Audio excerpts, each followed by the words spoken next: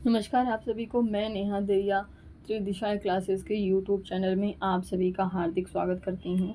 और आज मैं आप लोगों के लिए लेकर आई हूँ संधि और संधि विच्छेद की क्लास नंबर 2। क्लास 1 हम पहले कर चुके हैं, उसकी वीडियो चैनल पर अपलोड कर दी गई है, उसको आप जाकर वहाँ देख सकते हैं। उसका लिंक आपको डिस्क्रिप्शन बॉक्स में दे दिया जाएगा, आप वहाँ जा कर के क्लास ज्वाइन कर सकते हो, देख सकते हो। ठीक है, जिसमें हमने संधि क्या है, संधि की परिभाषाएं क्या हैं, संधि विच्छेद क्या होता है, संयोग क्या होता है और संधि के कितने भाग हैं। ठीक है, स्वर संधि, व्यंजन संधि, विसर्ग संधि, ये सब हम पढ़ चुके हैं। आज जो हम करने जा रहे हैं वो है स्वर संधि। ये हम पहले भी पढ़ चुके हैं पिछली क्लास में। कुछ भाग इसका पिछली क्लास में हो चुका है, कुछ अभी आज की क्लास में हम बताने जा रहे हैं। स्वर संधि हमने आपको बताया था कि जब दो स्वर पास पास में आ जाते हैं, यानी स्वरों के मेल से जो विकार उत्पन्न होता है या परिवर्तन होता है, उसे स्वर संधि कहा जाता है। जब दो स्वर पास पास होते हैं, उनके पास आने से जो विकार उत्पन्न होता है उसे स्वर संधि कहा जाता है। जैसे हिम आल्य बन जाता है। ठीक है, यहाँ पे ए की और आ की जो ध्वनि है, हिम में आ की ध्वनि है और यहाँ हिमालय में आ, यहाँ आल्य में जो है आ की ध्वनि। ये आल्य की आ ध्वनि और हिम की ए ध्वनि, इन दोनों को जब मिलाया जाता है तो ये ध्वनि आ में परिवर्तित हो जाती है और ये ध्वनि का परिवर्तन या विकार जो उत्पन्न होता है इसे संधि कहते हैं। ठीक है, और जो नया शब्द बन और उस विकार के साथ में या परिवर्तन के साथ में एक नया शब्द बन जाता है। ठीक है, तो वो बोला जाएगा हिमालय। ठीक है, यहाँ पर मात्रा परिवर्तन है, ध्वनि परिवर्तन है। ये स्वर संधि की परिभाषा थी, ये हमने कल पढ़ा था। इसका जो कुछ नियम थे जो हमने कल पढ़ लिए थे, आज की क्लास में हम आगे के नियम पढ़ेंगे। सबसे पहले हम देख लेते हैं कि स्वर संधि के भाग कितने थे। दीर्घ संधि, गुण संधि, वृद्धि संधि, यण संधि और अयादि संधि, ये सब हम पढ़ चुके हैं। इसमें से हमारा दीर्घ संधि चल रहा है कि दीर्घ संधि क्या होती है। जब दो स्वरों के पास पास आ जाने से, ठीक है, और जैसे दो रूप हैं स्वर के, एक ह्रस्व रूप होता है जो छोटा रूप है और दूसरा दीर्घ स्वर का रूप है। तो ह्रस्व के बाद में जो दूसरा ह्रस्व स्वर या दीर्घ स्वर आ जाता है तो दोनों मिलकर के उसी स्वर का दीर्घ वाला स्वर बना देते हैं। ठीक है, और ध्वनि परिवर्तन जो होगा वो दीर्घ स्वर की ध्वनि के साथ में दिखाई देगा। जैसे ए और आ, इनके बाद में अगर ए ह्रस्व स्वर या दीर्घ स्वर आ जाता है तो ये दीर्घ स्वर में परिवर्तित हो जाता है। ये कल हमने पढ़ा था। ठीक है, तो चलिए हम ये नियम हम पढ़ चुके। अब इसके आगे वाला नियम हम पढ़ते हैं। अब अगला जो नियम ये है कि अगर ई है, ठीक है, और बड़ी जिसको बोलते हैं ई, और ई आई के बाद में जो शब्द स्वर आएगा, जो दीर्घ स्वर आएगा, वो बड़े स्वर में यानी दीर्घ स्वर में परिवर्तन हो जाएगा। जैसे इसके कुछ उदाहरण हम यहाँ पे देखते हैं। ये उदाहरण ही आपसे एग्जाम्स में पूछे जाते हैं और इसी को संधि की फॉर्म में पूछा जा सकता है आपसे, या संधि विच्छेद की फॉर्म में आपसे पूछा जा सकता है। जैसे अति दूर है, ठीक है, इत मतलब है, तो ये बन गया अतीत। अति अधिकता भी होती है वैसे किसी चीज़ की। ठीक है, इंद्रिय, ठीक है, यहाँ पे दो शब्द, यहाँ पे एक ई है और दूसरा भी छोटा ई है, इन दोनों के ई और ई के स्वर से ई हो जाता है अतीन्द्रिय। यहाँ पर ई में आप देखोगे थोड़ा सा जोर लगाना पड़ रहा है, तो ये दीर्घ स्वर संधि में परिवर्तित हो जाता है।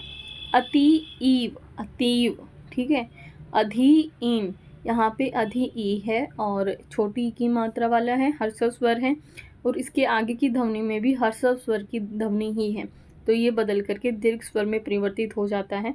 ये बन जाएगा अधीन।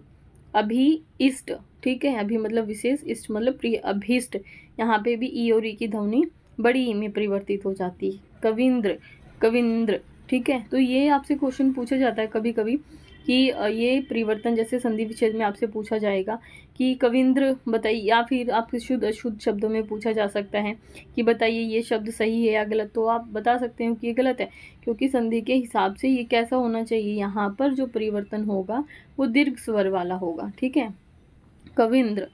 ठीक है, इसके बाद में हम देखते हैं गिरीन्द्र। ठीक है। गिरेंद्र जो शब्द है यहाँ पे, गिरी गिरी मतलब क्या होता है, पर्वत, ठीक है।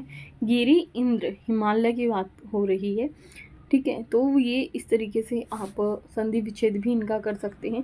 प्रतीक, तो प्रति और एक बन करके प्रतीक बना है। प्रतीत, प्रति और ईत, ईक ईक की जो ध्वनि है उनसे बना है। मणिंद्र, ठीक है, मणि छोटे मतलब रत्न जो होता है। इंद्र और मुनि और इंद्र, मुनिंद्र, योगिन और इंद्र योगेंद्र। संधि और संधि विच्छेद करते समय इस बात का आपको जरूर ध्यान देना है कि जब आप संधि भी करें या संधि विच्छेद करें तो ध्वनि परिवर्तन के साथ में शब्द की सार्थकता जरूर होनी चाहिए।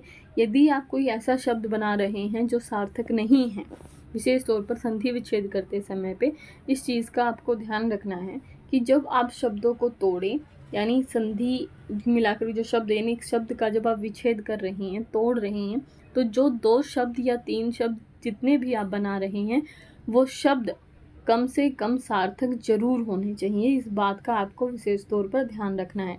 अब हम बात करते हैं, अगर हर्ष स्वर के बाद में दीर्घ स्वर की ध्वनि आ जाती है, यानी ई और ऐ के बाद में बड़ी ई आ जाती है, तब क्या परिवर्तन होगा? तब भी ये दीर्घ स्वर में ही परिवर्तित होगा। अधि और इक्षक, इक्षक मतलब देखने वाला, अधीक्षक बन जाता है, ठीक है। निरीक्षक जैसे होता है, निरी और इक्षक बन जाएगा निरीक्षक। अधि इक्षण, अधीक्षण, अधि और ईश्वर बन के अधीश्वर बन जाता है। कपि और ईश बन के कपीश बन जाता है, हनुमान जी जिनको कहा सुग्रीव कहा जाता है। अभी मतलब विशेष और इप्सा मतलब इच्छा, अभीप्सा, ये शिव जी के लिए विशेष तौर पर नाम दिया जाता है, अभीप्सा, ठीक है। क्षितिज जो शब्द है उसको लिखेंगे हम क्षिति, ई की मात्रा, और यहाँ पे बड़े ई यहाँ पे भगवान के लिए है, ठीक है। तो ईश या राजा होता है, तो ईश क्षितिज, ठीक है, पृथ्वी के यानी राजा। गिरी और ईश, यहाँ पे गिरीश। यहाँ पे एक बात हमने ई देखा था, यहाँ पे गिरीन्द्र, यहाँ पे जब छोटी ई की मात्रा तब भी वो बड़ी में परिवर्तित हो रही है, और यहाँ पर जो परिवर्तन है वो भी बड़ी ई में ही है। परीक्षित, परी और इक्षित, परीक्षित, परी प्लस इक्षक परीक्षक, प्री और जमा इक्षा, परीक्षा, प्रति प्लस इक्षा प्रतीक्षा, ठीक है। इक्षा मतलब देखना, परी मतलब जैसे चारों ओर से देखना होता है वैसे, तो ठीक है, परी इक्षा, प्रति इक्षा, ठीक है। तो ये 2 शब्द हो गए। तो हमने यहाँ पे देखा कि जब हर्ष स्वर के बाद में दीर्घ स्वर ध्वनि आती है तो वो किस में परिवर्तित हो जाती है? वो दीर्घ स्वर ध्वनि में परिवर्तित हो जाती है, और इसी को हम कहते हैं दीर्घ स्वर संधि। इसके बाद में हम देखते हैं, अगर पहले हमारा दीर्घ स्वर संधि दिया है और बाद में लघु स्वर या ह्रस्व स्वर ध्वनि दिया है, तब क्या होगा? तब भी ये किस में परिवर्तित होगा? तब भी ये जो दीर्घ स्वर ध्वनि है उसी में परिवर्तित होगा। जैसे फणी इंद्र, फणी मतलब सांप होता है, ठीक है, फणींद्र यानी शेषनाग की बात हो रही है। महती मतलब बड़ी, इच्छा, महती इच्छा। मही यहाँ पे पृथ्वी के लिए है और इंद्र यहाँ पे भगवान जी के लिए है या राजा के लिए है, तो महींद्र यानी पृथ्वी का राजा। यति और इंद्र, यतीन्द्र बन गया। शची जो इंद्र की पत्नी है, और इंद्र शचींद्र, शची में हम यहाँ देखते हैं बड़ी ई की ध्वनि है, और इंद्र में हमारा जो ह्रस्व स्वर की ध्वनि है। जब दीर्घ और ह्रस्व स्वर मिलकर बनते हैं तो जो नया शब्द होगा उसकी ध्वनि बड़ी ई में ही जाएगी, और ये ध्वनि परिवर्तन जो होगा वो दीर्घ स्वर ध्वनि में परिवर्तन होगा। सुधि इंद्र, सुधि मतलब होता है ज्ञान, और इंद्र वही भगवान के लिए, ये हम शब्द कई बार पढ़ चुके हैं। तो यहाँ पर हम देखते हैं कि दीर्घ स्वर ध्वनि है सुधि में, और इंद्र में हमारा फिर से लघु स्वर ध्वनि है, और ये परिवर्तित हो जाएगी सुधींद्र, यानी ई जो है यहाँ पे वो बड़ी ई हो जाएगी, ठीक है। यहाँ पे दीर्घ स्वर ध्वनि में परिवर्तित होगी। इसके बाद में हम आगे देखते हैं, अगर ये ध्वनियाँ दोनों ही दीर्घ स्वर हों, हमने अभी तक पढ़ा कि अगर एक लघु स्वर ध्वनि या ह्रस्व स्वर ध्वनि है और उसके बाद में दीर्घ स्वर ध्वनि आ जाती है तो क्या परिवर्तन होगा। अब हम देखते हैं, तो वो परिवर्तन होता था हमारा दीर्घ स्वर ध्वनि में। इसी तरीके से जब हमारे पास में दीर्घ स्वर ध्वनियाँ 2 हों, यानी एक दीर्घ स्वर ध्वनि के बाद में दूसरी भी दीर्घ स्वर ध्वनि आती है, तब भी वो दीर्घ स्वर ध्वनि में ही परिवर्तित होगा। नदी और ईश्वर, इन दोनों को जब जोड़ा जाता है तो ये बन जाता है नदीश्वर। नारी और ईश्वर, जब इनको जोड़ा जाता है तब भी ये बनता है नारीश्वर। यहाँ पे भी ई की ध्वनि है, बड़ी वाली दीर्घ स्वर ध्वनि, और यहाँ पे भी दीर्घ स्वर ध्वनि है। जब इनको जोड़ा गया तब भी ये किस में परिवर्तित हुआ, बड़ी ई यानी दीर्घ स्वर ध्वनि में ही परिवर्तित हुआ। इसके बाद में हम देखते हैं फणी। फणी मतलब सांप, और ईश्वर भगवान जी के लिए फणीश्वर। मही और पृथ्वी, ठीक है। यहाँ पे देखना, ये फणीश्वर भी और फणींद्र ये दोनों ही शब्द शेषनाग के लिए प्रयुक्त होता है, तो इनको थोड़ा ध्यान रखना, क्योंकि संधि विच्छेद करते समय पर ये आपसे पूछा जा सकता है। मही यानी पृथ्वी के लिए प्रयोग हुआ है, और ईश, ठीक है, भगवान के लिए या राजा के लिए हुआ है महेश। एक शब्द आपसे पूछा जाता है महेश, ठीक है, तो वो हम आगे पढ़ेंगे कि कैसे जो ये ध्वनियाँ हैं वो ए ध्वनि में परिवर्तित हो जाती हैं। यहाँ पर बात चल रही है ई ध्वनि की, दीर्घ स्वर ध्वनि में ई ध्वनि की। रजनी और ईश बनकर के बन जाता है रजनीश। इसके बाद में श्री और ईश बनकर के बन जाता है श्रीश, जो विष्णु जी के लिए प्रयोग होता है। सतीश जो शब्द है, जो शिव जी का एक नाम है, वो मिलकर बना है सती। सती उनकी पत्नी का भी नाम था, ठीक है। सती और ईश बनकर के सतीश बन जाता है। इसके बाद में हम आगे देखते हैं तीसरा नियम दीर्घ स्वर संधि का। जब ऊ की और औ की ध्वनि हो, यानी हर्ष या दीर्घ स्वर हो, उसके बाद में हर्षव या दीर्घ स्वर ध्वनि ऊ या औ आ जाता है, तब भी वो ध्वनि बड़ा ऊ या दीर्घ स्वर में परिवर्तित हो जाता है। यानी ऊ और औ मिलकर के औ में ही परिवर्तित होगा, ना कि ऊ में, ठीक है। इसके कुछ उदाहरण हम देख लेते हैं कि जब ऊ और ऊ की जो ध्वनियाँ हैं, जब वो एक साथ आती हैं, यानी हर्षव के बाद में दूसरा हर्ष स्वर आता है, तब वो दीर्घ स्वर ध्वनि में परिवर्तित हो जाता है। जैसे अनु और उदित। अनु में हमारे छोटा ऊ की मात्रा है, और उदित में भी हमारे छोटे ऊ की मात्रा है। तो यहाँ पर जो ध्वनियाँ हैं वो दोनों हर्षव ध्वनियाँ हैं, और जब दो हर्षव ध्वनियों को जोड़ा जाता है तो वो बन जाता है दीर्घ स्वर ध्वनि। यानी अनु और उदित के बाद में जो शब्द बनकर के आएगा वो होगा अनुदित। अनुदित मतलब जिसको अनुवाद किया गया है एक भाषा से दूसरी भाषा में। कटु उक्ति एक शब्द है, तो इसको कैसे लिखा जाएगा, कटु मतलब कड़वा, ठीक है। यहाँ पे कटु में कैसा शब्द है, कौन सी मात्रा है, ओ की, यानी हर्षव स्वर की मात्रा है। और उक्ति में भी कौन सा स्वर है, यहाँ पे भी छोटे ऊ की मात्रा है, यानी हर्षव स्वर की मात्रा है। अभी जब इन दोनों को जोड़ा जाएगा तो ये बड़े ऊ में परिवर्तित हो जाएगा, और ये हो जाएगा कटुक्ति। गुरु उपदेश, ठीक है, गुरु और उपदेश यानी गुरु का जो उपदेश है। यहाँ पे गुरु में जो रै के साथ में जो मात्रा लगाई है वो हमेशा छोटे ऊ की मात्रा होती है, इस बात का आपको हमेशा ध्यान रखना है। ठीक है, ये ऐसे इसकी मात्रा है गुरु। और यहाँ पे उपदेश, यहाँ पे बन गया गुरु उपदेश। बहु उद्देश्य, जब बहु मतलब बहुत ज़्यादा, उद्देश्य किसी चीज़ के उद्देश्य बहुत सारे हों, ठीक है, उद्देश्य। जब इन दोनों की ध्वनियों को जोड़ा गया तब भी एक इसमें परिवर्तित हुआ दीर्घ स्वर ध्वनि में, यानी बड़ा ऊ हो गया यहाँ पे। भानु उदय, तो भानु और उदय, तो इस यहाँ पे भी हमें देखना है कि जब छोटा ऊ और दूसरा भी छोटा ऊ है, ये मिलकर के बन जाते हैं भानु उदय। कहीं ऐसा मत कर देना कि आपसे पूछा जाए भानु उदय का संधि विच्छेद कीजिए या बहुउद्देश्य का संधि विच्छेद कीजिए, तो बहुउद्देश्य का कुछ लोग समझेंगे कि बहु में यहाँ पे ऊ की मात्रा बड़े ऊ वाली कर देते हैं और उद्देश्य में ये वाला कर देते हैं, और ये बहु पत्नी के लिए या जो सास बहू वाला सिस्टम होता है उसके लिए प्रयोग कर देते हैं। तो ऐसा नहीं है, ठीक है। बहुउद्देश्य, कम से कम इस बात का आपको ज़रूर ध्यान रखना है कि जब आप संधि करें या संधि विच्छेद करें, जो भी आप उनके शब्दों के टुकड़े करें या फिर उन शब्दों को मिलाएं, उन शब्दों की सार्थकता अवश्य होनी चाहिए। वो शब्द अपने आप को जस्टिफाई ज़रूर करने चाहिए कि क्या आपने जो जोड़कर बनाया है या जिस चीज़ को आपने तोड़ा है उनके शब्दों की सार्थकता है या नहीं है, क्या वो उसे जस्टिफाई कर रहे हैं या नहीं कर रहे हैं। जैसे भानु उदय, भानु मतलब होता है सूर्य के लिए प्रयोग किया जाता है, ठीक है। तो भानु उदय में अगर आपसे पूछा जाए कि संधि विच्छेद कीजिए, क्योंकि जब संधि विच्छेद करने के लिए आपको शब्द जो दिया गया उसमें तो आपको दीर्घ स्वर ध्वनि दिखाई दे रही है, तो कुछ लोग इसको लिख के आ जाते हैं भानु यानी इसमें बड़े ऊ की मात्रा और उदय में छोटे ऊ की मात्रा, जो कि गलत है। भानु को लिखा जाता है हमेशा छोटे ऊ की मात्रा के साथ में, भानु अर्थ सूर्य, ठीक है, तो बन जाता है आपका भानु उदय। इसके बाद में हम देखते हैं मंजूषा। तो मंजूषा, मंजू मतलब होता है सुंदर, यहाँ पे छोटे ऊ की ध्वनि है। इसके बाद में और जो उषा है यानी भोर जिसको कहा जाता है, यहाँ पे भी ऊ की ध्वनि है, छोटे ऊ की। या ह्रस्व स्वर की, जब इन दोनों ही ध्वनियों को जोड़ा जाता है तो ये दीर्घ स्वर ध्वनि में परिवर्तित हो जाता है। मधु उत्सव, तो मधु मतलब बसंत के लिए प्रयोग होता है, शहद के लिए भी होता है, और उत्सव मतलब त्योहार जिस तरह से मनाया जाता है, तो ये बन जाता है मधु उत्सव, यानी बसंत का उत्सव जब मनाते हैं तो उसे कहा जाता है मधु उत्सव।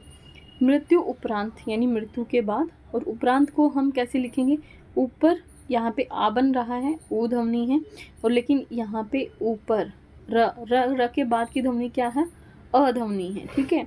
और यहाँ पे अंत में कौन सी ध्वनि है, यहाँ पे भी अ ध्वनि। ये ए और ए जो ध्वनि है वो बन जाती है आ ध्वनि में, जो कि हमने पहले इसके नियम में पढ़ा था, ठीक है। अब हम आगे देखते हैं लघु उत्तम, लघु उत्तम, ठीक है। लघु में कौन सी ध्वनि है, ऊ ध्वनि है, ठीक है। और यहाँ पे भी ह्रस्व स्वर है। इसके बाद में जो दूसरे शब्द की शुरुआत जहाँ से हो रही है वो स्वर भी कौन सा है, ह्रस्व स्वर ही है। तो जहाँ पर लघु का अंत हो रहा है वो ध्वनि कौन सी है, ऊ, यानी ह्रस्व स्वर ध्वनि है।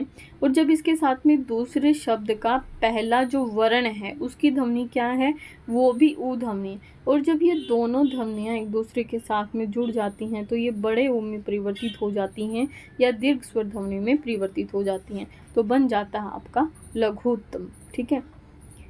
इसके बाद में हम देखते हैं कि अगर एक ह्रस्व स्वर ध्वनि के बाद में दूसरी दीर्घ स्वर ध्वनि आ जाती है, यानी बड़ा ऊ आ जाता है, तब क्या होता है, तो वो तब भी बड़ा ऊ में परिवर्तित हो जाता है। और लघु मतलब छोटा, यहाँ पे ऊ ध्वनि है, और उर्मी, ठीक है, यहाँ पे बड़े ऊ की ध्वनि है। जब इन दोनों ध्वनियों को जोड़ा जाएगा तब ये बड़े ऊ में परिवर्तित हो जाएगा और बन जाएगा लघु उर्मी। इसके बाद में हम देखते हैं सिंधु, सिंधु में ऊ ध्वनि है और उर्मी में बड़े ऊ की ध्वनि है, तो बन गया सिंधु उर्मी, यानी समुद्र की लहर। इसके बाद में हम देख रहे हैं कि जो दीर्घ स्वर ध्वनि है बड़ा ऊ जिसमें है, उसके बाद में भी अगर जो दीर्घ स्वर लघु स्वर ध्वनि आ जाती है तब क्या होगा, तब भी यानी दीर्घ स्वर के बाद में लघु स्वर ध्वनि है तो भी वो दीर्घ स्वर ध्वनि में ही परिवर्तित होगा, ठीक है। इसके बाद में हम देखते हैं कि जैसे इसके कुछ उदाहरण हम देख लेते हैं। चमू मतलब सेना, और उत्साह, ये आगे हम देखेंगे कि उत्साह कैसे लिखा जाता है, तो उत प्लस साह या उद प्लस साह बन करके उत्साह बन जाता है, ठीक है। तो उत्साह को हम बाद में तोड़ेंगे, पहले हम चमोत्साह को जोड़ देते। चमू मतलब होता है सेना और उत्साह मतलब जोश, यानी सेना का जो जोश होता है उसको कहा जाएगा चमोत्साह, ठीक है। यहाँ पे ऊ की जो ध्वनि है बड़े ऊ की ध्वनि, और यहाँ पे या फिर इसको कहें दीर्घ स्वर ध्वनि। इसके बाद उत्साह में हम देखते हैं कि यहाँ पे ह्रस्व स्वर ध्वनि है। जब दीर्घ और लघु को जोड़ा जाएगा तो वो हमेशा जो दीर्घ स्वर ध्वनि है उसी में परिवर्तित होगा, इस बात का आपको ध्यान रखना है, इसीलिए इसे दीर्घ स्वर ध्वनि कहा जाता है। फिर हम देखते हैं भू, भू मतलब धरती, और ऊपरी मतलब ऊपर का हिस्सा जिसको कहते हैं।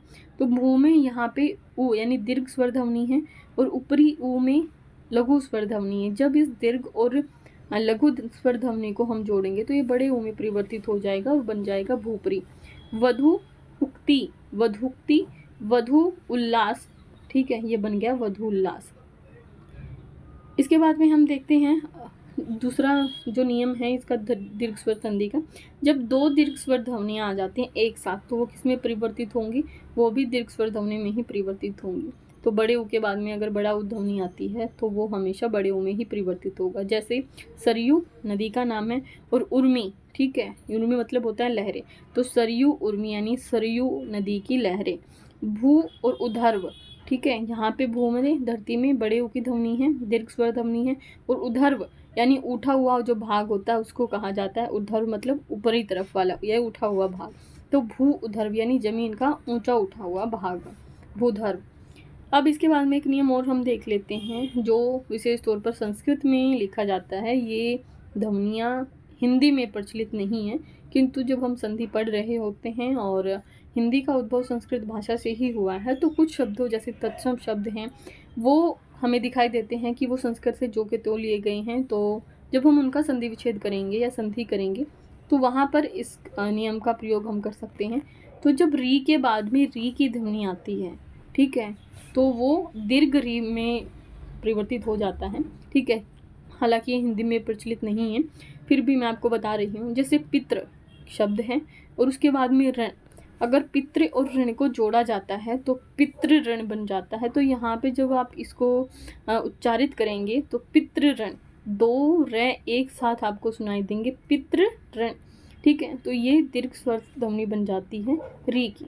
ठीक है, तो ये थे हमारे दीर्घ स्वर संधि के नियम, जो पहली क्लास में कुछ नियम हमने पढ़े और आज की क्लास में हमने पढ़े। इसके बाद में हम अगली जो संधि रहेगी वो गुण संधि, यण संधि, जो स्वर संधि के भाग हैं वो पढ़ेंगे। मिलते हैं अगली क्लास में। अगर आपको क्लास पसंद आई है तो लाइक कीजिए, कमेंट कीजिए, चैनल को सब्सक्राइब कीजिए, शेयर कीजिए। पढ़ते रहिए, आगे बढ़ते रहिए। धन्यवाद।